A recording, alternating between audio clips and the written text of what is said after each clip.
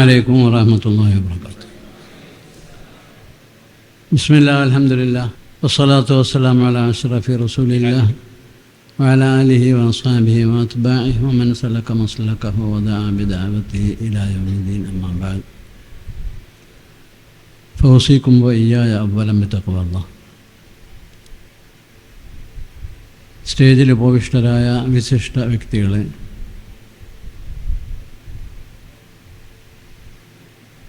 മഹത്തായ പരിപാടിയിൽ സന്നിഹിതരായ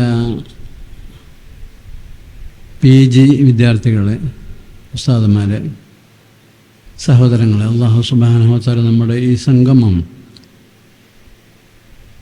ഒരു അനുഗ്രഹീത സംരംഭമാക്കുമാറാകട്ടെ. ആമീൻ.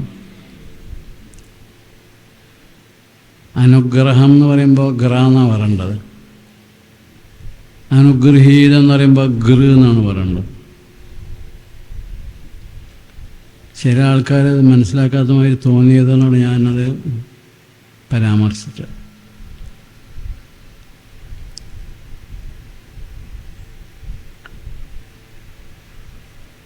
ദൃഷ്ടി ഉദാഹരണം നോക്കുന്ന ആൾക്ക് ദ്രഷ്ടാവ് എന്നാണ് പറയുക.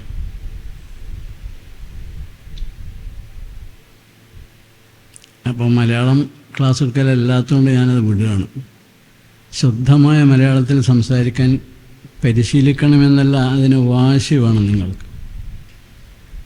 മലയാളികളോടാണ് നമുക്ക് സംസാരിക്കാനുള്ളതെങ്കിലും അതിൽ ഭാഷാപരമായി മികവുറ്റ പൊസിഷനിലുള്ള ആളുകളുണ്ടാവും. അപ്പോൾ അവർ മനസ്സിലാക്കും ഇയാൾക്ക് മലയാളമൊന്നും അറിയില്ല. എൻ്റെ പേരെഴുതാൻ അറിയാത്ത കുറേ ആൾക്കാർ ഇവിടെ ഉള്ളതായിട്ട് എനിക്കറിയാം. എൻ്റെ പേരുള്ള ദാല എഴുതുമ്പോൾ രാധ എന്നുള്ള ധ എഴുതരുത്, സിദ്ധാർത്ഥന എഴുതരുത്, ഉദ്ദീപിക്കുക എന്നതാണ് എഴുതേണ്ടത്. കാരണം അതിൽ 2 ദാല ഉള്ളത്.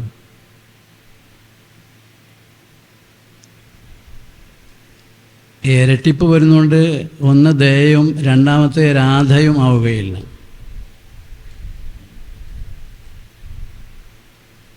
അപ്പോൾ ബഹാവുദ്ദീൻ എഴുതിയാൽ കുറച്ചുകൂടി ഉഷാറാവുമെന്ന് വിചാരിക്കും.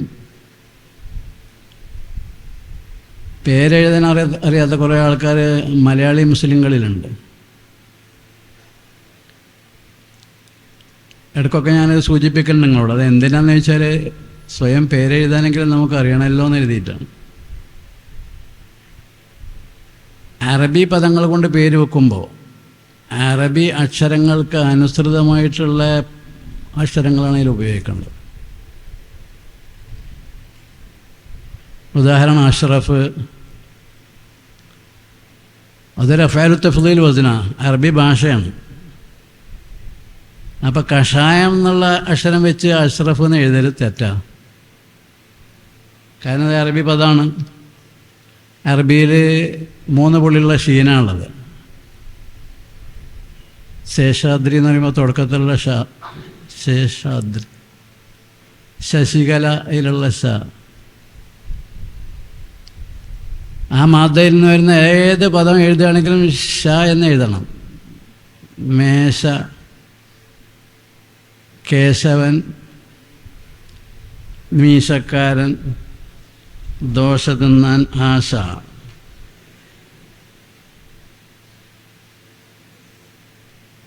അതിൽ കുറേ വരുന്നതുകൊണ്ട് ഒന്ന് മറ്റേതാക്കുക, ഒന്ന് ഇങ്ങനെ ആക്കുക. അങ്ങനെ ചേഞ്ച് പറ്റൂല. അപ്പം അത്തരം കാര്യങ്ങൾ പൊതുവിൽ ശ്രദ്ധിക്കണം. ഒന്നുകൂടി പറയാം. അങ്ങനെ ഇവിടുന്ന് അങ്ങനെ സംശയം തോന്നിയതുകൊണ്ടാണ് പറഞ്ഞത്. നമ്മുടെ ഈ വിഷയം ഇപ്പോൾ ഇവിടെ അവസാനിക്കുന്നത് സമാപന സമ്മേളനം. മുസ്ലിം ഉമ്മത്ത് വ്യക്തിയാണെങ്കിലും സമുദായമാണെങ്കിലും ഖൈറുമൻ യംശി അലൽ അർദ്, അങ്ങനത്തെ കുറേ ആൾക്കാർ കൂടുമ്പോഴാണ് ഉമ്മത്താകുന്നത്. അൽ മുഅ്മിനു ഖൈറുമൻ യംശി അലൽ അർദ്. ഹദീസ. ഭൂമിയുടെ ഉപരിതലത്തിൽ സഞ്ചരിക്കുന്നവരിൽ ഉദാത്തൻ സത്യവിശ്വാസിയാണ്. അങ്ങനെ കുറേ സത്യവിശ്വാസികൾ കൂടുമ്പോൾ അവരുടെ ശ്രേഷ്ഠത, അവരുടെ മികവ്, അവരുടെ ഔന്നത്യം വർദ്ധിക്കുകയുക. അപ്പം മുസ്ലിം ഉമ്മത്തിന് അന്തസ്സാർന്ന അസ്തിത്വം കൈവരിച്ചു കൊടുക്കാൻ എല്ലാ പ്രവാചകന്മാരും ശ്രമിച്ചിരുന്നു. മുഹമ്മദ് മുസ്തഫ സല്ലല്ലാഹു അലൈഹി വസല്ലം തങ്ങൾ വിശിഷ്യ കഠിന യത്നം ചെയ്തു.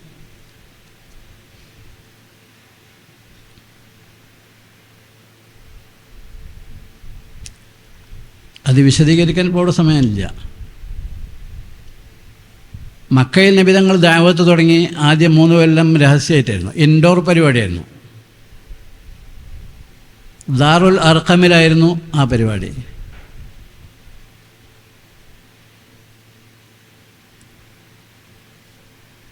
ഉമർ ഇബ്നുൽ ഖത്താബ് റളിയല്ലാഹു അൻഹു ഏകദേശം 3 കൊല്ലമാകുമ്പോഴാണ് ഇസ്ലാമിലേക്ക് വരുന്നത്. താനുമായി ഏറ്റവും അടുത്ത ബന്ധുക്കൾ മുതൽ പരിചയം കുറഞ്ഞ ആളുകൾ വരെ ആർക്കും പ്രതീക്ഷിക്കാൻ കഴിയാത്ത ഒരു അത്യത്ഭുതകരമായ സംഭവമായിരുന്നു ഉമർ റളിയല്ലാഹു അൻഹുവിൻ്റെ ഇസ്ലാം ആശ്ലേഷം.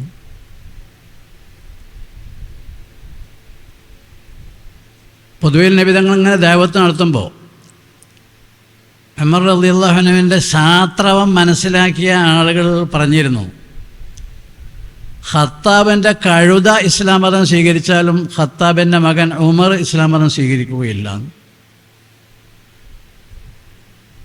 ഖത്താബിനെ മനസ്സിലായല്ലോ, ഉമർ ഖത്താബിൻ്റെ പിതാവ്.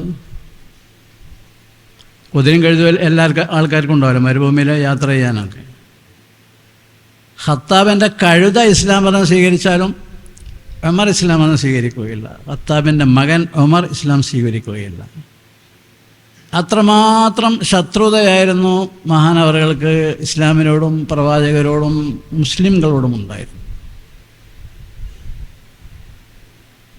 പക്ഷെ ആ അത്ഭുതം സംഭവിച്ചു.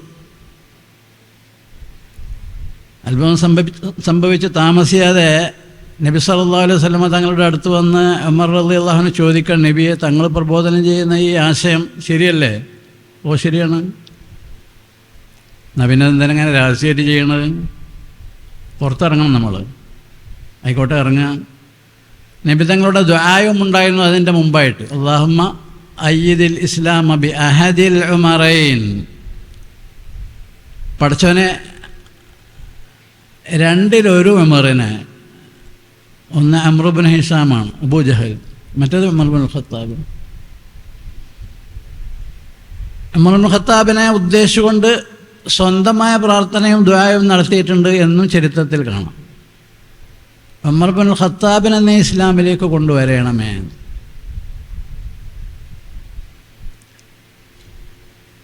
അത് ചിലപ്പോൾ കേട്ട ആളുകൾ പുറത്തു വന്ന് റിപ്പോർട്ട് ചെയ്യുമല്ലോ, ഉമർ ഇബ്നുൽ ഖത്താബിനെ ഇസ്ലാമിലേക്ക് കൊണ്ടുവരാൻ നബി തങ്ങൾ ദുആ ചെയ്യേണ്ടെന്ന്. ആ പശ്ചാത്തലത്തിൽ കൂടി ആകണം ജനങ്ങൾ പറഞ്ഞത്, ഖത്താബിൻ്റെ കഴുത ഇസ്ലാം സ്വീകരിച്ചാലും ഉമർ ഇബ്നുൽ ഖത്താബ് ഇസ്ലാം അത് സ്വീകരിക്കുക. പക്ഷേ ആ അത്ഭുതം സംഭവിച്ചു. ഞാൻ പറഞ്ഞു വരുന്നത്, അങ്ങനെ പുറത്തിറങ്ങി ദഅവത്ത്, ജഹ്റൻ, പരസ്യമായുള്ള ദഅവത്ത്. അത് നമ്മളങ്ങനെ ഒറ്റവാക്കിൽ പറഞ്ഞു പോവുകയാണ്. വലിയൊരു സംഭവമായിരുന്നു അത്. വലിയ ത്യാഗമാണ് അതിനെ നബിതങ്ങളും സഹാബത്തും ചെലവഴിച്ചത്. വലിയ ത്യാഗം എന്ന് പറഞ്ഞാൽ നാനാ രൂപേണയുള്ള നാനാ തരത്തിലുള്ള അക്രമമർദ്ദന പീഡന രീതികൾ. എൻ്റെ വാപ്പ ഇസ്ലാം മതം സ്വീകരിച്ച് മദീനയിലേക്ക് പോകാൻ ഒരുങ്ങിയാൽ ഞാൻ പിടിച്ചു വെക്കും, അല്ലെങ്കിൽ വാപ്പാനെ കെട്ടിയിടും. ഉദാഹരണം, പെണ്ണുങ്ങളുടെ കാര്യം പറയാനുമില്ല. പെണ്ണുങ്ങൾ എങ്ങനെ ഉപരോധ മാർഗങ്ങൾ സ്വീകരിച്ചിരുന്നു. പക്ഷേ വളരെ പരിമിതികളുണ്ടാവുമല്ലോ പെണ്ണുങ്ങളാകുമ്പോൾ. അങ്ങനെ ആ പീഡന മർദ്ദനങ്ങളൊക്കെ ഏറ്റുകൊണ്ടാണ് അവർ ജീവിച്ചിരുന്നത്.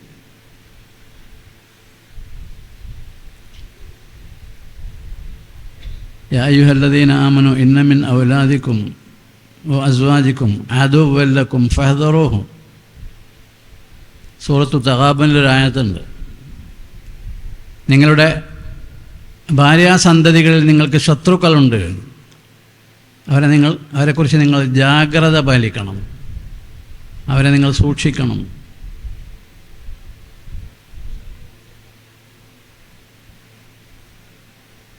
അങ്ങനെ അവർ വീട്ടുതടങ്കലിലായി കഴിഞ്ഞ കുറേ ആൾക്കാർ. പുറത്ത് ഇറങ്ങി നടക്കുന്ന സത്യവിശ്വാസികൾക്ക് ഗുരുതരമായ പരസ്യമായ താടന പീഡനങ്ങളുണ്ടായി.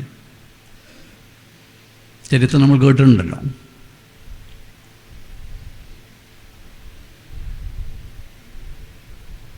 അങ്ങനെ മദീനയിലേക്ക് പോയി ഗത്യന്തരമില്ലാതായപ്പോൾ ആദ്യം സഹാബികളൊക്കെ അയച്ചു. നബിതങ്ങൾക്കും അജണ്ടയിൽ പരിപാടിയുണ്ട്, അള്ളാഹുവിൻ്റെ സവിശേഷമായ ഉത്തരവ് കിട്ടണം, അപ്പോഴാണ് പോവുക. അതിനുള്ള ഒരുക്കങ്ങൾ ചെയ്തിരുന്നു. സിദ്ദീഖ് റളിയല്ലാഹു അൻഹുവിൻ്റെ വീട്ടിലാണ് നബിതങ്ങൾക്ക് യാത്ര ചെയ്യാനുള്ള സവാരി മൃഗം തയ്യാറാക്കപ്പെട്ടിരുന്നത്, വളർത്തപ്പെട്ടിരുന്നത്. ചുരുക്കി പറഞ്ഞാൽ അവർ മദീനയിലെത്തി, മസ്ജിദ് ഖുബ നിർമ്മിച്ചു.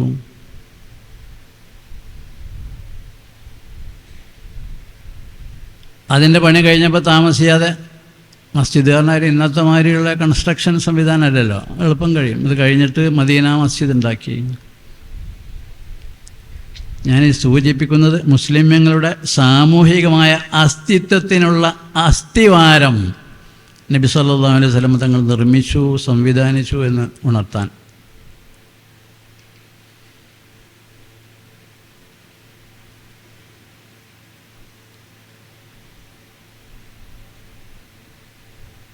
പിന്നെ ഒരു മദീന വിളംബരം വരുന്നുണ്ട്. മദീന വിളംബരം ജൂതനാണെങ്കിലും ക്രിസ്ത്യാനിയാണെങ്കിലും മുശ്രിക്കാണെങ്കിലും കാഫിറാണെങ്കിലും എല്ലാവർക്കും മദീനയിൽ ജീവിക്കാനുള്ള മൗലികാവകാശം വിളംബരം ചെയ്യുന്നതായിരുന്നു മദീന പ്രഖ്യാപനം. ഇതിൻ്റെ മാന എന്താ? ഷഹാദത്ത് കലിമ ചൊല്ലി മുസ്ലിമാകണം, അപ്പോഴാണ് മുസ്ലിമാകുക അല്ലെങ്കിൽ മുഅ്മിനാകുക എന്നതുകൊണ്ട് മറ്റുള്ള ആളുകളെ അവഗണിക്കണം എന്ന ഒരു കാഴ്ചപ്പാട് ഇസ്ലാമിന് ഇല്ല എന്ന് കൃത്യമായി ഇതിൽ നിന്ന് വായിച്ചെടുക്കണം. അവിടെയുള്ള എല്ലാ ആളുകളും മുസ്ലിമീങ്ങളായിരുന്നില്ല. ജൂതന്മാരെന്ന് പറഞ്ഞാൽ ഇസ്ലാമിൻ്റെ 1-ാം നമ്പർ ശത്രുവാണ്. ഖുർആൻ്റെ റാങ്കിങ് അങ്ങനെയാണല്ലോ. ലതജിദന്ന അശദ്ദന്നാസി അദാവത്തൻ ലില്ലദീന ആമനുൽ യഹൂദ്. മനുഷ്യരിൽ സത്യവിശ്വാസികളോട് ഏറ്റവും അധികം ശാസ്ത്രവം പുലർത്തുന്നത് ജൂതന്മാരാണ്. ഇനി നിങ്ങൾക്ക് മനസ്സിലാക്കാൻ കഴിയും. ലതജിദന്ന അശദ്ദന്നാസി അദാവത്തൻ ലില്ലദീന ആമനുൽ യഹൂദ്. നമ്പർ 2 വല്ലദീന അശ്റകൂ. വലതജിദന്ന അഖ്റബഹും മവദ്ദത്തൻ ലില്ലദീന ആമനു അല്ലദീന ഖാലൂ ഇന്നാ നസാറ.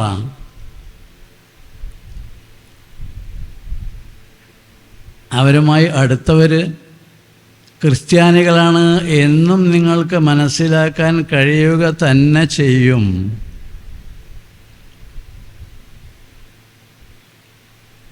അത് ഇൻ്റർനാഷണൽ തലത്തിലുള്ള ക്രിസ്ത്യാനികളല്ല. അവിടെ പല ആളുകൾക്കും അബദ്ധം പറ്റി പോകാറുണ്ട്. അവിടെ ഉദ്ദേശിച്ചിരിക്കുന്നത് എത്യോപ്യയിലെ ക്രിസ്ത്യാനികൾ.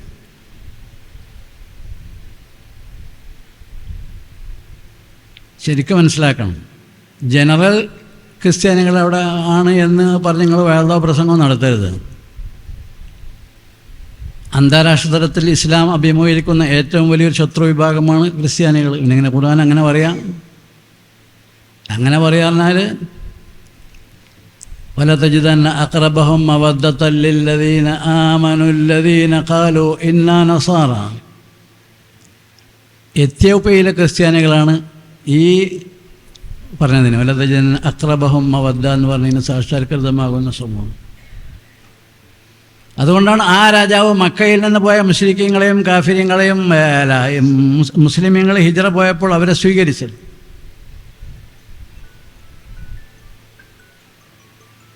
അവർക്ക് മതസ്വാതന്ത്ര്യം അനുവദിച്ചു, വ്യക്തി സ്വാതന്ത്ര്യം അനുവദിച്ചു, സമ്പാദന സ്വാതന്ത്ര്യം അനുവദിച്ചു, മൗലികാവകാശങ്ങളൊക്കെ അനുവദിച്ചു കൊടുത്തു നേഗസ് ചക്രവർത്തി. നജാശി. അവരെ പറ്റിയാണ് ഖുർആനിലെ വലതജിദന്ന അഖറബഹും മവദ്ദതൻ ലില്ലദീന ഖാലു ഇന്നാ നസാറ ذلك بأن منهم قسيسين ورهبانا وأنهم لا يستكبرون. ഈ ലക്ഷണങ്ങളൊക്കെ ഒത്തവരായിരുന്നു അവിടെയുള്ള ക്രിസ്ത്യാനികളും അവിടെയുള്ള ചക്രവർത്തി. ഞാൻ പറഞ്ഞു വന്നത് ഈ മദീന പ്രഖ്യാപനം, മദീന വിളംബരം എല്ലാവർക്കും മൗലികാവകാശങ്ങൾ വകവെച്ച് കൊടുത്തുണ്ടായിരുന്നു. ഈ 1-ാം നമ്പർ ശത്രുവിനും 2-ാം നമ്പർ ശത്രുവിനും എല്ലാ ജനങ്ങളും. ഒരു സമൂഹത്തിൽ അത് മാത്രമേ പ്രായോഗികമാവുകയുള്ളൂ. ലോകത്തെ മഹാഭൂരിഭാഗം രാഷ്ട്രങ്ങളിലും രാജ്യങ്ങളിലും വിവിധ തരം ജനങ്ങൾ, മതവിശ്വാസികൾ ജീവിക്കുന്നുണ്ട്. ചിലയിടത്ത് അവർ പീഡിപ്പിക്കപ്പെടുന്നു. അത് അവിടെയുള്ള ഭരണ സംവിധാനങ്ങളുടെ അല്ലെങ്കിൽ നേതാക്കളുടെ ഒരു കാഴ്ചക്കുറവ് കൊണ്ടാണ്. മുസ്ലിമീങ്ങളെ കൊണ്ട് ആർക്കെങ്കിലും പീഡന ബുദ്ധിമുട്ടോ കഷ്ടപ്പാടോ പ്രയാസം ഉണ്ടാവില്ല. അൽ മുസ്ലിമു മൻ സലിമൻ നാസു മിൻ ലിസാനിഹി വയദി എന്നാണ് നബി തങ്ങൾ പഠിപ്പിച്ചിട്ടുള്ളത്. നിങ്ങളൊക്കെ പഠിക്കുന്ന പ്രസിദ്ധമായ റിവായത്തിൽ മൻ സലിമൽ മുസ്ലിമൂന മിൻ ലിസാനിഹി വയദി. ഇമാം തബറാനിയുടെയും മറ്റും റിപ്പോർട്ടിൽ അൽ മുസ്ലിമു മൻ സലിമൻ നാസു മിൻ ലിസാനിഹി വയദി എന്ന്. അങ്ങനെ കഴിയുള്ളൂ. ഒരു നാട്ടിൽ ജീവിക്കുന്ന ഒരു വിഭാഗം വേറെ ഒരു വിഭാഗത്തോട് ശത്രുത പുലർത്തിയാൽ, അവരുടെ പുരോഗതിക്ക് കത്തിവെച്ചാൽ, അവരുടെ സൗഖ്യത്തിന്, ക്ഷേമത്തിന്, ഐശ്വര്യത്തിന് ഒക്കെ പ്രതിബന്ധമുണ്ടാക്കിയാൽ സമാധാനം ഉണ്ടാവുമല്ലോ. അതുകൊണ്ടാണ് മുസ്ലിം എന്ന് പറഞ്ഞാൽ അവൻ്റെ കൈ കൊണ്ടോ നാക്ക് കൊണ്ടോ ഒരാൾക്കും ഒരു ബുദ്ധിമുട്ടും ഉണ്ടാവുകയില്ല. മുശ്രിക്കിനും ഉണ്ടാവില്ല, കാഫിറിനും ഉണ്ടാവില്ല, ക്രിസ്ത്യാനിക്കും ഉണ്ടാവില്ല, മതനിഷേധിക്കും ഉണ്ടാവില്ല, ദൈവനിഷേധിക്കും ഉണ്ടാവില്ല. ഉണ്ടാവും. അത് അള്ളാഹു താല പറഞ്ഞു വെച്ചു. അതിൻ്റെ മൗലിക അടിത്തറ ഹിദായത്ത് പറഞ്ഞാൽ അള്ളാഹ് ഉദ്ദേശിക്കുന്നവർക്ക് കൊടുക്കപ്പെടുന്നതാണ്. നബി സല്ലല്ലാഹു അലൈഹി വസല്ലം തങ്ങൾക്ക് വ്യക്തിപരമായി വലിയ താല്പര്യം ഉണ്ടായിരുന്നു അബൂ താലിബ് ഇസ്ലാമിലേക്ക് വരണമെന്നും, ഇസ്ലാം മതം സ്വീകരിച്ചിട്ടില്ല എന്ന ഒരു മൈനസ് ഉണ്ടായിരുന്നുള്ളൂ അബൂ താലിബിന്. വലഖദ് അലിംതു ബിഅന്ന ദീന മുഹമ്മദിൻ മിൻ ഖൈരി അദിയാനിൽ ബരിയത്തി ദീന.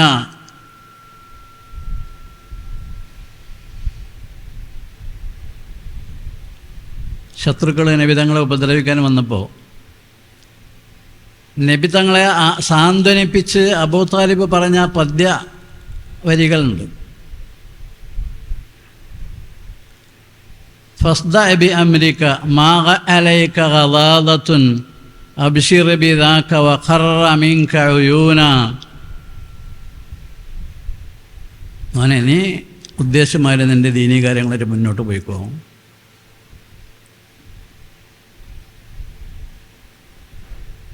ഫസ്ദഅ ബിഅംരിക മാ അലൈക ഗളാദ, എൻ്റെ വാക്കുന്ന ഒരു അനിഷ്ടവും അതിലുണ്ടാവില്ല. അബ്ശിർ ബിദാക وقر منك عيونا ولقد علمت بأن دين محمد من خير أديان البرية دينا. പക്ഷേ ഹിദായത്തുണ്ടായില്ല. നബിതങ്ങൾക്ക് വ്യക്തിപരമായ വർദ്ധിത താല്പര്യമുണ്ടായി. എൻ്റെ പിതൃവ്യൻ ഇസ്ലാം മതം സ്വീകരിച്ചിട്ടില്ലെങ്കിൽ എന്താവും ആഖിറത്തിൽ അദ്ദേഹത്തിൻ്റെ സ്ഥിതി? ആ വർദ്ധിത താല്പര്യം പ്രകടിതമാകാൻ തുടങ്ങി, ലക്ഷണങ്ങൾ പുറത്തു വരാൻ തുടങ്ങി. അപ്പോൾ അല്ലാഹു തആല മാർഗദർശനം ചെയ്യുക. ഇന്നക ലാ തഹ്ദീ മൻ അഹ്ബബ്ത വലാകിന്നല്ലാഹ യഹ്ദീ മൻ യശാ. അപ്പോൾ ഹിദായത്തിൻ്റെ കാര്യം അങ്ങനെയാണ്. അതേസമയം ജനങ്ങൾ എല്ലാവരും അള്ളാഹിൻ്റെ അടിമകളാണ്, അള്ളാഹുവിൻ്റെ അടിമകളാണ്. ഹിദായത്ത് പടച്ചോൻ കൊടുക്കുന്നതാണ്. അതുകൊണ്ട് ഹിദായത്തുള്ളവർ മുഹത്തദികൾ മാത്രമേ എൻ്റെ ഉമ്മത്തിൽ, എൻ്റെ പ്രദേശത്ത്, എൻ്റെ സോണിൽ, എൻ്റെ രാജ്യത്ത് ഉണ്ടാകാൻ പാടുള്ളൂ എന്ന് ഒരൊറ്റ നബിയും സിദ്ധാന്തിച്ചിട്ടില്ല. അങ്ങനെ ചെയ്യാൻ പറ്റില്ല, അങ്ങനെ ഉണ്ടാവില്ല. എന്തെങ്കിലും മുസ്ലിമിൻ്റെ കാലത്തുണ്ടാകണം, ഉണ്ടായിട്ടില്ല. അല്ലെങ്കിൽ വേറെ അളവ് പോലെ വെച്ചാൽ നൂഹ് നബിൻ്റെ കാലത്തുണ്ടാകണം. നൂഹ് നബി അലൈഹിസ്സലാം 950 കൊല്ലക്കാലം ദഅവത്ത് നിർവഹിച്ചു. ഓഫീസ് ടൈമില്ല അതിന്. എപ്പോഴും റബ്ബി ഇന്നി ദഅവ്തു ഖൗമി ലൈലൻ വനഹാറ ഫലം യസിദ്ഹും ദുആഇ ഇല്ലാ ഫിറാറ വ ഇന്നി കുല്ലമാ ദഅവ്തുഹും ലിതഗ്ഫിറ ലഹും ജഅലൂ അസാബിഅഹും ഫീ ആദാനിഹിം വസ്തഗ്സൗ സിയാബഹും വഅസറു വസ്തക്ബറു ഇസ്തിക്ബാറ ثم إني دعوتهم جهارا ثم إني أعلنت لهم وأسررت لهم إسرارا فقلت استغفروا ربكم إلى آخرها. അപ്പോൾ നൂഹ് നബി അലൈഹി സ്വലാമിൻ്റെ കാലത്തുണ്ടായിട്ടില്ല, മുത്തനബി സല്ലല്ലാഹു അലൈഹി വസല്ലം തങ്ങളുടെ കാലത്തുണ്ടായിട്ടില്ല. കാരണം അത് അസംഭവ്യമാണ്. ഹിദായത്ത് പടച്ചവൻ കൊടുക്കുന്നതാണ് എന്നതാണ് അതിൻ്റെ അടിസ്ഥാനപരമായ കാര്യം. 950 കൊല്ലക്കാലം ഒരു മഹാനായൊരു പ്രവാചകൻ ദഅവത്ത് നടത്തിയിട്ട് എത്ര ആളെ വിശ്വസിച്ചത്? മാക്സിമം വലിയ കൗലെടുത്താൽ 70 ആളാണ്. ഖുർആൻ്റെ സൂചനയും അങ്ങനെ തന്നെയാണ്. വമാ ആമന മാഹു ഇല്ലാ ഖലീൽ, വമാ ആമന മാഹു ഇല്ലാ ഖലീൽ. വളരെ കുറച്ച് പേർ മാത്രമേ നൂഹ് നബി അലൈഹിസ്സലാമിൽ വിശ്വസിച്ചുള്ളൂ. എന്നാലും അവകാശങ്ങൾ, മാനുഷിക ബന്ധങ്ങൾ, മാനുഷികമായ വഴികൾ, മാനുഷികമായ സംവിധാനങ്ങൾ നിലനിൽക്കണം. അവസാനം അല്ലാഹു തആല പറഞ്ഞു, ഊഹിയ ഇലാ നൂഹിൻ അന്നഹു ലൻ യുഅ്മിന മിൻ ഖൗമിക ഇല്ലാ മൻ ഖദ് ആമൻ ഫലാ തബ്തഇസ് ബിമാ കാനൂ യസ്നഊൻ ബിമാ കാനൂ യഫ്അലൂൻ. ഇനി ആരും തങ്ങളെ നൂഹ് നബിയെ നിങ്ങളെ കൊണ്ട് വിശ്വസിക്കുകയില്ല. അതുകൊണ്ട് ഈ അധ്യായം അവസാനിപ്പിക്കാനുള്ള ശ്രമങ്ങൾ തുടങ്ങണം. അങ്ങനെയാണ് കപ്പലുണ്ടാക്കുന്നത്. അവർക്ക് മുന്നറിയിപ്പ് നൽകുന്നു, ഇത് നിങ്ങളുടെ നാശത്തിനുള്ള പുറപ്പാടാണ്, തുടക്കമാണ്, ആദ്യാധ്യായമാണ്. അപ്പോഴും അവർ ക്യാമ്പയിൻ നടത്തുകയാണ് ചെയ്തത്. കൂട്ടം കൂട്ടമായി ആളുകൾ ഇങ്ങനെ 10 ആൾ, 5 ആൾ, 10 ആൾ, 20 ആൾ അങ്ങനെ പോവും. നിനക്ക് പിരാന്താന്ന് ഞങ്ങൾ പണ്ടേ പറയുന്നതാണ്. ഇപ്പം ഇത് ഉറപ്പായി. മലൻ്റെ മുകളിലായി കപ്പലുണ്ടാക്കണത്. മലൻ്റെ മുകളിൽ ആരെയും കപ്പലുണ്ടാക്കലുണ്ടാവും? ഇല്ല. കുല്ലമാ മർറ അലൈഹി മലഉം മിൻ ഖൗമിഹി സഖിറൂ മിൻഹു ഖാല ഇൻ തസ്ഖറൂ മിന്നാ ഫഇന്നാ നസ്ഖറു മിൻകും കമാ തസ്ഖറൂൻ. വെള്ളം അങ്ങോട്ട് ചെന്നു കൊടുത്തു എന്നാണ് ചരിത്രം ചുരുക്കം.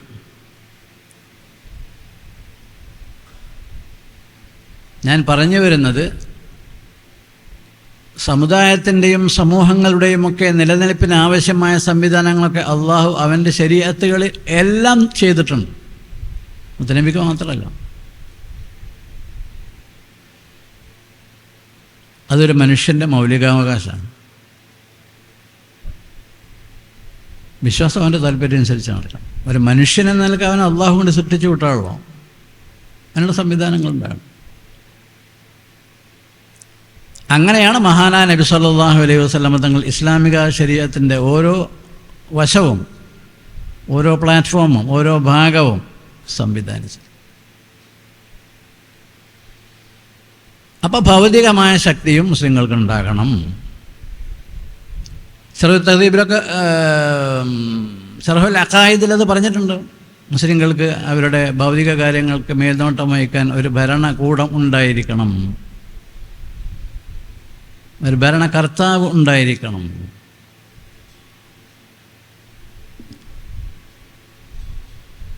ശർഹുൽ അഖായിദ് നമ്മൾ പഠിച്ചിട്ടുണ്ടാവും. കാരണം അള്ളാഹിൻ്റെ ദീനാകുമ്പോൾ ഉണ്ടായേ പറ്റുള്ളൂ. അള്ളാഹുവിൻ്റെ ദീൻ പ്രായോഗികമാണല്ലോ. ദുനിയാവിൽ ജീവിക്കുന്ന മനുഷ്യന് ദുനിയാവിയായ കാര്യങ്ങൾ കൈകാര്യം ചെയ്യേണ്ടതുണ്ട്. അവനുമായി ബന്ധപ്പെട്ട കാര്യങ്ങളിലൊക്കെ ഭൗതികമായ കാര്യങ്ങൾക്ക് മേൽനോട്ടം വഹിക്കാനുള്ള സംവിധാനങ്ങൾ ആവിഷ്കൃതമാകേണ്ടതുണ്ട്. അതുകൊണ്ട് അള്ളാഹു അങ്ങനെ പറഞ്ഞു.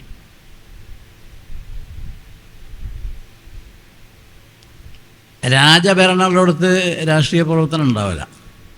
രാജാവാണ് ഭരിക്കുക. രാജാവ് നിശ്ചയിക്കുന്ന ആളുകളാണ് മന്ത്രിസഭയിൽ, പാർലമെൻറ്റിലൊക്കെ ഉണ്ടാകും. പാർലമെൻറ്റിലുള്ള രാജാഭരണ പ്രദേശങ്ങളുണ്ട്, രാഷ്ട്രങ്ങളുണ്ട്. രാജാവ് നിയോഗിക്കും, നോമിനേറ്റ് ചെയ്യും പാർലമെൻറ്റിൽ ഇന്ന ആളുകളായിട്ട്.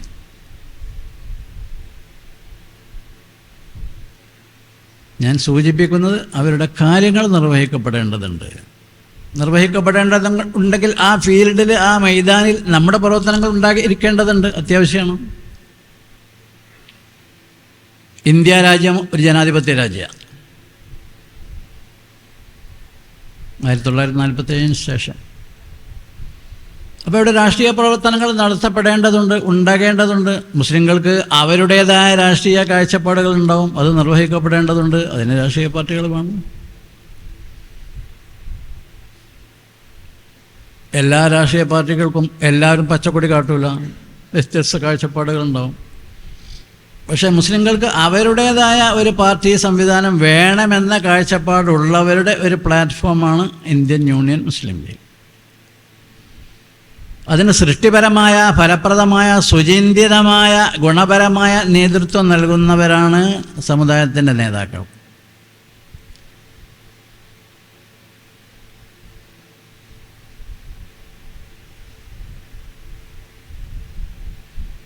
അപ്പം നമ്മുടെ നാട്ടിൽ ആ പ്ലാറ്റ്ഫോമിൽ സജീവമായ ഭാഗഭാഗിത്വം നിർവഹിക്കുന്നവരാണ് പാണക്കാട് സയ്യിദുമാർ.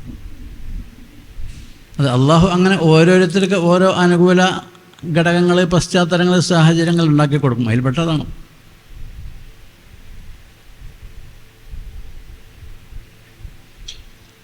ഓരോ വിപൽസന്ധികളും തരണം ചെയ്യാൻ അള്ളാഹു അവൻ്റെ ഭാഗത്തു നിന്നൊരു സംവിധാനങ്ങൾ വരും. ഉദാഹരണം, മൂസാ നബി പിറന്ന് വീണപ്പോൾ ആൺകുട്ടികളൊക്കെ കൊല്ലാൻ തീരുമാനിക്കപ്പെട്ട പശ്ചാത്തലമായിരുന്നു. മൂസാ നബിയെ ഈ ദുർഗതിയിൽ നിന്ന് രക്ഷപ്പെടുത്താൻ അള്ളാഹു തന്നെ സംവിധാനം ചെയ്തു. വേറെ ആർക്കും ചെയ്യാൻ കഴിയുമായിരുന്നില്ല. ഉമ്മാക്ക് തോന്നിച്ചു കൊടുത്തു, വൗഹൈന ഇലാ ഉമ്മി മൂസ അൻ അർളിഇഹി ഫഇദാ ഖിഫ്തി അലൈഹി ഫഅൽഖിഹി ഫിൽ യം വലാ തഖാഫി വലാ തഹ്സനി ഇന്നാ റാദ്ദൂഹു ഇലൈകി വജാഇലൂഹു മിനൽ മുർസലീൻ ഫൽതഖതഹു ആലു ഫിർഔൻ.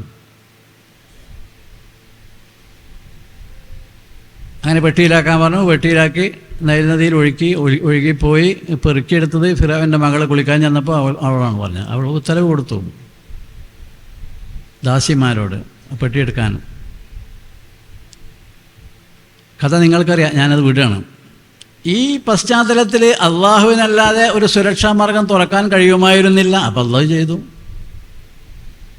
കേരളത്തിലെ മുസ്ലിമീങ്ങൾക്ക് പാണക്കാട് സാദാത്ത് എന്ന ഒരു ആശ്രയം സംവിധാനിക്കാൻ അള്ളാഹു ഉദ്ദേശിച്ചു. അങ്ങനെ ചെയ്തു. അതിനവർ വിദേശത്തു നിന്ന് വന്നു. യമനിലെ ഹദ്റമൗത്തിലെ തെരീമിൽ നിന്ന് അവരിവിടെ എത്തി. അവരെ പ്രപിതാക്കന്മാർ വളപട്ടണം കക്കുളങ്ങര പള്ളിയിൽ 5 തലമുറ മുമ്പുള്ള അവരുടെ പിതാമഹൻ അന്ത്യവിശ്രമം കൊള്ളുന്നു. പിന്നെ തലശ്ശേരിയിൽ വന്നു. തലശ്ശേരി രാജകുടുംബത്തിൽ നിന്ന് വിവാഹം ചെയ്തു കൊടുക്കുന്ന രാജകുമാരിയെ രാജകീയ സാഹചര്യങ്ങളും പശ്ചാത്തലങ്ങളും ജീവിത സാഹചര്യങ്ങളൊന്നും ഇഷ്ടമല്ലാത്തതുകൊണ്ട് അദ്ദേഹം അവിടുന്ന് കോഴിക്കോട്ടേക്ക് മാറി എളാൻ്റെ പള്ളി, അവിടെ അന്ത്യവിശ്രമം കൊള്ളുന്നു. പിന്നെ മലപ്പുറത്തേക്ക് വന്നു.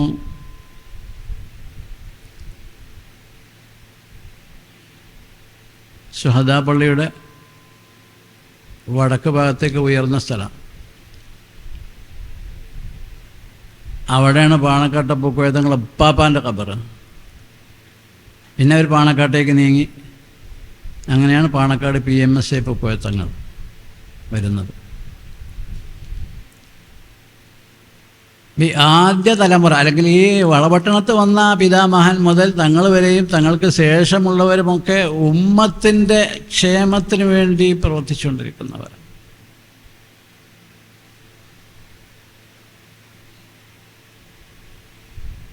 അത് ഞാൻ വിശദീകരിക്കുന്ന സമയമില്ല, ഞാൻ നിർത്താൻ പോകണം.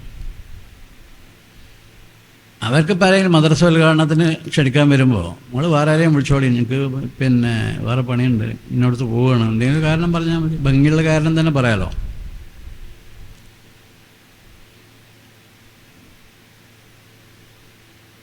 അത് ചെയ്യണില്ല.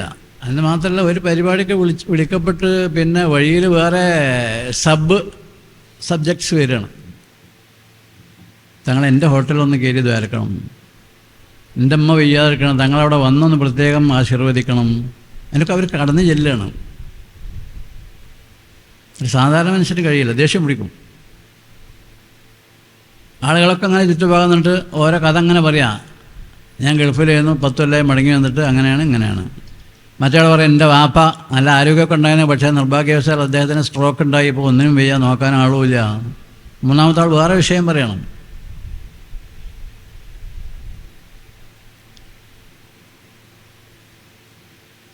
ഇത് അമ്പിയാമൃസയങ്ങളെ ലക്ഷണമാണത്. കൗമ് പല ജാതി പ്രശ്നങ്ങൾ പറയും.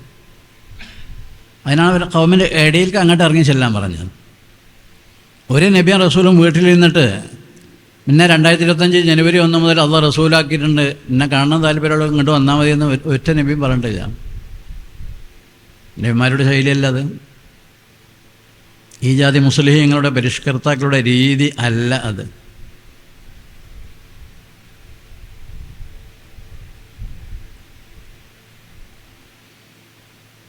അവരെ കൊണ്ട് എന്നിട്ട് സമുദായത്തിന് എന്താ നേട്ടം ഉണ്ടായത്? സമുദായത്തിന് നേട്ടമല്ലാതെ എന്താ ഉണ്ടായത്?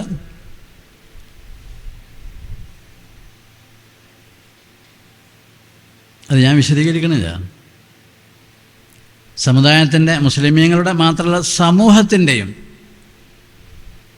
സമൂഹത്തിൻ്റെയും വിവിധ മേഖലകളിൽ അവർ അവിച്ഛേദ്യമാം വിധം ബന്ധപ്പെട്ടു. പല അമുസ്ലിങ്ങളും പാണക്കാട് വരുന്നത് റിപ്പോർട്ടർ പത്രങ്ങൾ നിങ്ങൾ കാണുന്നുണ്ടാവും. ഈ 21-ാം നൂറ്റാണ്ടിൽ 2025 ആയിട്ടും നൂറ്റാണ്ടിൻ്റെ കാലഭാഗം കഴിഞ്ഞു പോയിട്ടും ഈ പരിഷ്കൃത സംവിധാനങ്ങളൊക്കെ സമൂഹ മധ്യേ നിലവിലുണ്ടായിട്ടും എന്തിനാ പാണക്കാട്ടുക്ക് വരുന്നത്?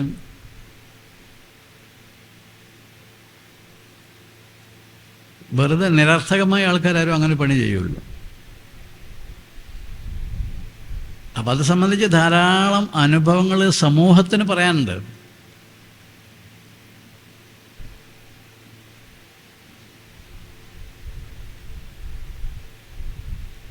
രാഷ്ട്രീയമായ സവിശേഷ സാഹചര്യങ്ങൾക്ക് പല രാഷ്ട്രീയ നേതാക്കന്മാരും അവിടെ വരുന്നു. അതേതോ മതപുരോഹിതനാണ് പോട്ടെ, എന്നാലും വെക്കണില്ലല്ലോ.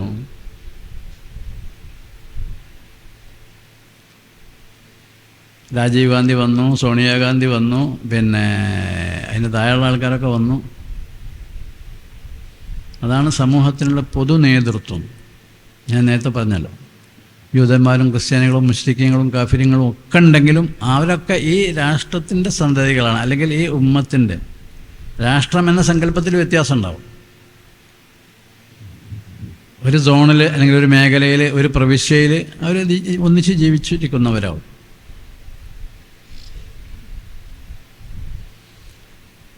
ഖുർആനും അങ്ങനെയാണ് പഠിപ്പിച്ചത്. മാനവിക കാഴ്ചപ്പാട് വെച്ച് ആരുമായും സൗഹാർദ്ദവും ചങ്ങാത്തവും ബന്ധങ്ങളും സഹസഞ്ചാരങ്ങളും ഒക്കെ ആകാവുന്നതാണ്. സൂറത്തുൽ മുംതഹനയിൽ അത് പറഞ്ഞിട്ടുണ്ട്.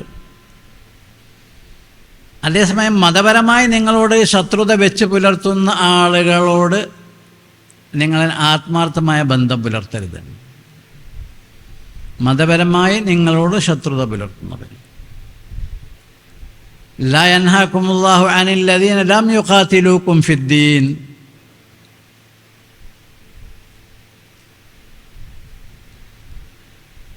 ദീനിൽ നിങ്ങളോട് ശത്രുത പുലർത്താത്ത ആളുകളോട് ഇടപഴകുന്നതിന് അള്ളാഹു നിങ്ങളെ തടയുന്നില്ല.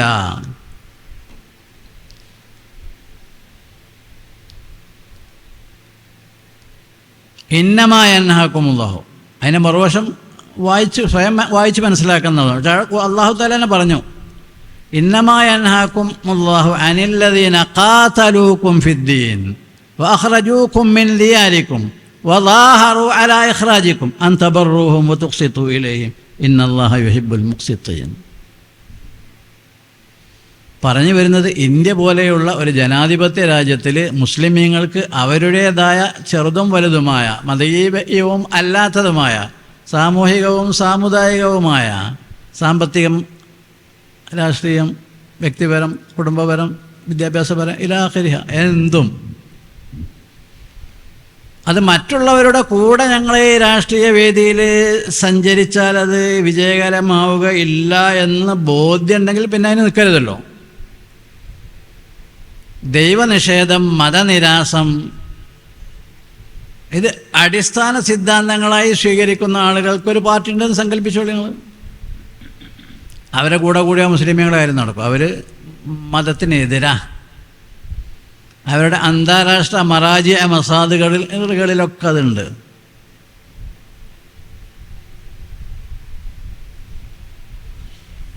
ക്ഷേത്ര കമ്മിറ്റിയിൽ, പള്ളി കമ്മിറ്റിയിൽ, മദ്രസ കമ്മിറ്റിയിൽ ഇതിലൊന്നും നമ്മളെ പാർട്ടിയിലുള്ള ആൾക്കാർ ചേരാൻ പാടില്ല, മെമ്പറാകാൻ പാടില്ല.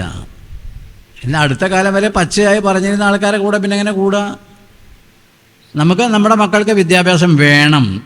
അവർക്കോ ഈ മതം എന്ന് പറഞ്ഞാൽ മനുഷ്യനെ മയക്കുന്ന കറുപ്പാകുന്നു. കറുപ്പ് പറഞ്ഞാൽ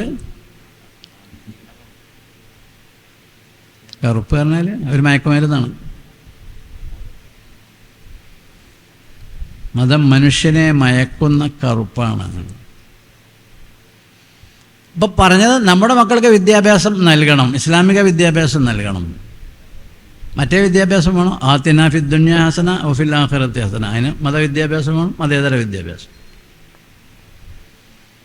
അപ്പം നിലവിലുള്ളവരോട് കൂടിയാൽ നടക്കൂല എന്ന് തോന്നിയാൽ നേതാക്കന്മാർ അവരുടെ ആലോചനയൊക്കെ പരസ്പരം മശ്വറ ചെയ്ത് കൂടിയാലോചന നടത്തി നമുക്ക് സ്വന്തം ഒരു പാർട്ടി വേണം തീരുമാനിക്കും. സമസ്ത കേരള ജമിയത്തുൽ ഉലമ അള്ളാഹുവിൻ്റെ മഹത്തായ അനുഗ്രഹത്താൽ തുടക്കം മുതലേ ഈ രാഷ്ട്രീയ ശക്തിയുമായി സഹസഞ്ചാരം നടത്തിയ ചരിത്രം മാത്രമേ ഉള്ളൂ. വ്യക്തികൾക്ക് വേറെ രാഷ്ട്രീയ പാർട്ടി ആകാമെന്ന നയം സമസ്തക്കുണ്ടെങ്കിലും അങ്ങനെ പരസ്യമായി രംഗത്ത് വന്ന കാര്യമായ ആളുകളെ നമുക്ക് കാണാൻ കഴിയില്ല. ഈ രാഷ്ട്രീയ പാർട്ടിയോട് സഹസഞ്ചാരം നടത്തുന്നത് പരസ്യമായി പ്രഖ്യാപിച്ച, അതിനുവേണ്ടി പ്രവർത്തിച്ച ഒട്ടേറെ ആളുകൾ കാണാനും കഴിയും. സ്വാഭാവികമാണത്. സമസ്ത കേരള ജമിയത്തുൽ ഉലമയിൽ മുസ്ലിമീങ്ങൾ മാത്രമേ ഉണ്ടാവുള്ളൂ. സ്വാൻസോ രാഷ്ട്രീയ പാർട്ടിയിൽ മഹാഭൂരിഭാഗവും മുസ്ലിങ്ങളാണെങ്കിൽ മഹാഭൂരിഭാഗവും സമസ്തക്കാർ വരുമോ? അപ്പം രണ്ടുപേരും അല്ലെങ്കിൽ ഒരാൾ രണ്ട് വേദിയിൽ ഉണ്ടാകുക എന്നുള്ളത് തികച്ചും സർവ്വസാധാരണമായി സ്വാഭാവികമാണ്. മൗലാന KV മുഹമ്മദ് മുസ്ലിയാർ, മൗലാന KC ജമാലുദ്ദീൻ മുസ്ലിയാർ, അത്തിപ്പറ്റ ഉസ്താദ്, ഇങ്ങനെ ഒരുപാട് ആളുകൾ പരസ്യമായി ജനങ്ങളോട് പറയാൻ ദൃഷ്ടരായിട്ടുണ്ട്. കാരണം ഉമ്മത്തിൻ്റെ പുരോഗതിയായിരുന്നു അവരുടെ ലക്ഷ്യം. ദുനിയാവിലും ഉമ്മത്തിന് അന്തസ്സ് വേണം, ആഖിറത്തിലും ഉമ്മത്ത് വിജയിക്കണം.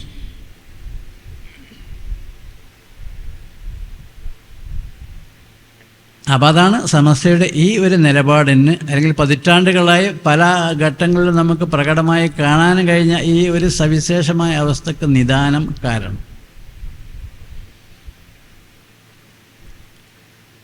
അതിലിപ്പോൾ അവിശ്വസനീയമായി ഉൾക്കൊള്ളാൻ പറ്റാത്തതായി എന്തെങ്കിലും ഉണ്ടോ? ഇല്ല.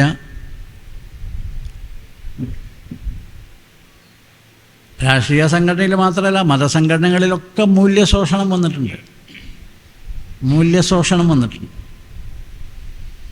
സമസ്തയുടെ യോഗങ്ങൾക്ക് വരുന്ന ആളുകൾക്ക്, ആലിമീങ്ങൾക്ക് യാത്ര ചെലവ് കൊടുക്കാൻ ഒരു ചർച്ച വന്നു സമസ്ത മുഷാവറയിൽ. 1948 മറ്റോ ആണെന്ന് എനിക്ക് തോന്നി. ആ 40 മുഷാവറ പറയും ഒരാൾ എണ്ണീറ്റുന്നതിനെ നഖശിക ശക്തമായി എതിർത്തു. ഇവിടെ വരുന്നതിന് യാത്ര ചെലവ്. ഇത് നമ്മുടെ വ്യക്തിപരമായ ഉത്തരവാദിത്തമാണ്. അദ്ദേഹം പറയാം, ബേപ്പൂർ ഖാളി, അള്ളാഹു നമ്മെ ഇൽമ തന്ന് അനുഗ്രഹിച്ചത് കൊണ്ട് ആ ഇൽമ മറ്റുള്ളവർക്ക്, ദീൻ്റെ ഇൽമ പറഞ്ഞാൽ കുത്തകയാക്കി വെക്കാനുള്ളതല്ലല്ലോ, മറ്റുള്ളവർക്ക് കൈമാറാനുള്ളതാണ്.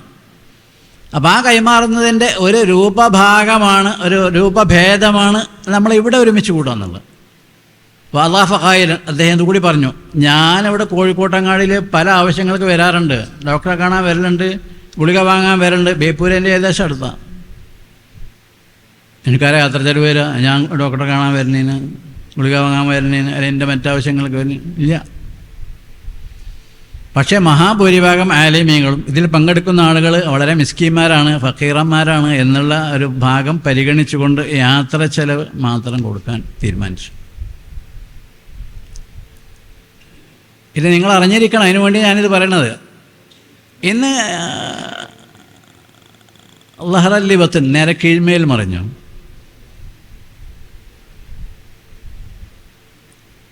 സമസ്ത മുഷാവറയിൽ മെമ്പറായ ഒരാൾ അടുത്ത മുഷാവറ കൂടിയപ്പോൾ അദ്ദേഹം ഞാൻ നിർഭാഗ്യവശാൽ ആണ് ഞാൻ മനസ്സിലാക്കുന്നത്, ഒപ്പാണ് ഇരുന്നത്. അദ്ദേഹം പറഞ്ഞു, മുഷാവറയിൽ അൽഹംദുലില്ലാ മെമ്പറായി, ഇനി വിദ്യാഭ്യാസ ബോർഡോടുകൂടി ഒരു മെമ്പർഷിപ്പ് കിട്ടണം. അങ്ങനെ വിദ്യാഭ്യാസമായ ഒരു മികച്ച പ്രവർത്തനങ്ങൾ കഴിയുന്ന ഒരാളാണെങ്കിൽ മനസ്സിലാക്കാവുന്നതാണ്. അങ്ങനെയൊന്നുമില്ല. അപ്പോൾ ഞാൻ അതിൻ്റെയും മെമ്പറാണ്, ഇതിൻ്റെയും മെമ്പറാണ്. ഇല്ല, അതാണ് കീഴ്മേൽ മറിഞ്ഞു ഞാൻ പറഞ്ഞത്.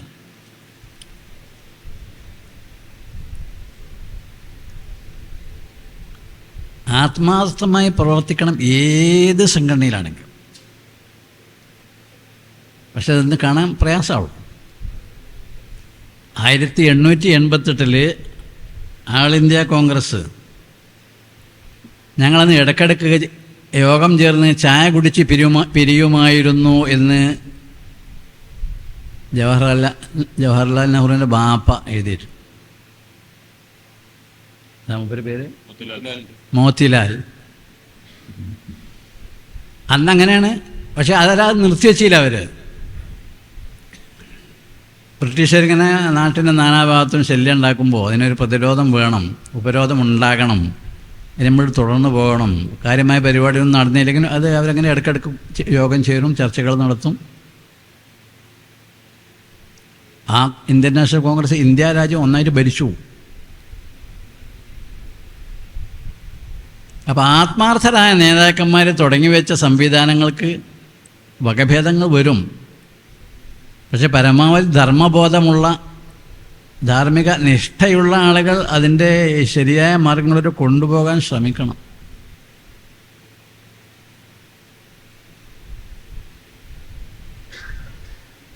നിങ്ങൾ ദാറുൽ ഹുദയിൽ നിന്ന് പഠിച്ച് പുറത്തിറങ്ങുന്ന ആളുകൾ എന്ന നിലക്ക് നിങ്ങൾക്ക് ചില സവിശേഷമായ ഉത്തരവാദിത്തങ്ങൾ സമൂഹത്തോടുണ്ട്. സമൂഹത്തോടും സമുദായത്തോടുണ്ട്. സമൂഹത്തോടെന്ന് പറഞ്ഞാൽ യാ അയ്യുഹന്നാസ് എന്നുള്ള മുത്തനബി ജനങ്ങളെ അഭിസംബോധന ചെയ്തു. യാ അയ്യുഹന്നാസ്, അല്ലയോ മുസ്ലിങ്ങളെന്നല്ല, അങ്ങനെയും പറഞ്ഞിരുന്നു ചിലപ്പോൾ ചില സവിശേഷ സാഹചര്യങ്ങൾ. യാ അയ്യുഹന്നാസ്, യാ അയ്യുഹൽ ഇൻസാൻ, അതിൻ്റെ സിംഗുലർ. യാ അയ്യുഹൽ ഇൻസാൻ മാ ഗർറക ബിറബ്ബിക്കൽ കരീം അല്ലദീ ഖലഖക ഫസവ്വാക ഫഅദലക في أي صورة ما شاء ركبك يا أيها الإنسان يا أيها الإنسان إنك كادح إلى ربك كدحا فملاقيه فأما من وأما من إلى آخره.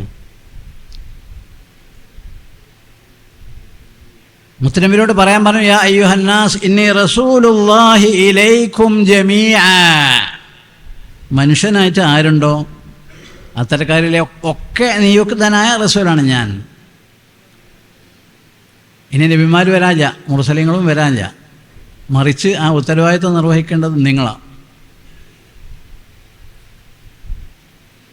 എവിടെയെല്ലാമാണോ സമൂഹത്തിന് ഗ്യാപ്പുകളുള്ളത് ആ ഗ്യാപ്പുകളൊക്കെ ഫില്ല് ചെയ്യണം, സൃഷ്ടിപരമായി ഫില്ല് ചെയ്യണം. ഏത് മേഖലയിലാണോ വിദ്യാഭ്യാസ പ്രവർത്തനങ്ങൾ ഉദാഹരണം ആവശ്യമുള്ളത് അവിടെ നിങ്ങൾ അതിൽ നിരതരാകണം. ശമ്പളം നോക്കിയിട്ടല്ല. ശമ്പളം ഇതേറ്റ് അടിസ്ഥാനപരമായ ബന്ധമില്ല, അതൊരു ഒഫീഷ്യൽ സംവിധാനമാണ്. അത് ആ സംവിധാനം എങ്ങനെയാണോ അത് സ്വീകരിക്കുക.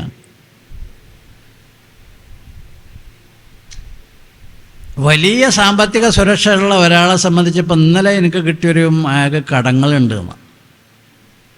ഞാൻ ചോദിച്ചു, എങ്ങനെ ഈ കടം, അതെങ്ങനെയാണെന്നറിയില്ല.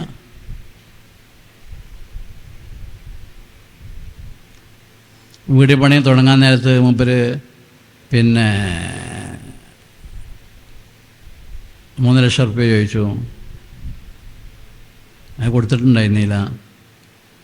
ഗൃഹപ്രവേശം നടന്നപ്പോൾ ഞങ്ങളെ വകയായിട്ട് 23 ലക്ഷം റുപ്യ കൊടുത്തു.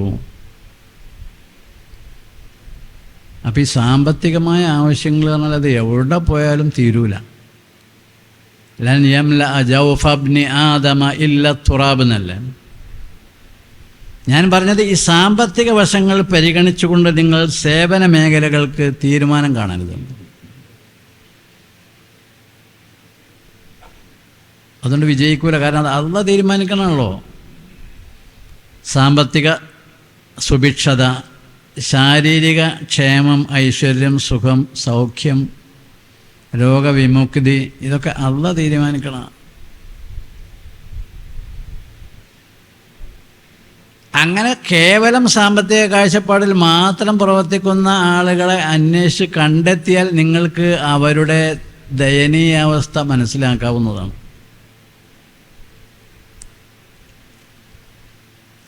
അള്ളാഹ് വ്യക്തമാക്കിയിട്ടുള്ളത് നഹ്നു ഖസംനാ ബൈനഹും മഈശതഹും ഫിൽ ഹയാത്തി ദുനിയ. ഖസമാർന്ന ഫിഅൽ മാദിയ, ഭൂതകാല ക്രിയയാണ്. നമ്മുടെ വിഭജനം പൂർത്തിയായിട്ടുണ്ട് എന്നാണ്. അപ്പം അതുകൊണ്ട് ഞാൻ നീട്ടി പറയണില്ല, നിങ്ങളെല്ലാവരും നിങ്ങളുടെ ഈ അടിസ്ഥാനപരമായ ബാധ്യത അഹമഹമികയാ നിർവഹിക്കാൻ മുന്നോട്ട് വരും. പഠിച്ചോൻ തൗഫീഖ് നൽകുമാറാകട്ടെ. ആമീൻ. ദുആ ചെയ്യാണ്. ഇനി ഇവിടെ ഉസ്താദന്മാർ സംസാരമുള്ളതുകൊണ്ട് ഞാൻ എൻ്റെ വാക്കുകൾ നിർത്തുന്നു. നമ്മുടെ എല്ലാവരുടെയും രോഗങ്ങളൊക്കെ അള്ളാഹു തആല ശിഫയാക്കി തരുമാറാകട്ടെ. സിഹത്ത്, സലാമത്ത്, സന്തോഷം, ആഫിയത്തോടു കൂടി നമ്മുടെ മേഖലകളിൽ പ്രവർത്തനം തുടരാനുള്ള സാഹചര്യങ്ങൾ അള്ളാഹു ഉണ്ടാക്കി തരുമാറാകട്ടെ. അള്ളാഹുവിൻ്റെ പൊരുത്തത്തിലായി ജീവിക്കാനും മരിക്കാനും അള്ളാഹു നമുക്ക് തൗഫീഖ് നൽകട്ടെ. അസ്സലാമു അലൈക്കും വറഹ്മത്തുള്ളാഹി വബറകാതുഹു.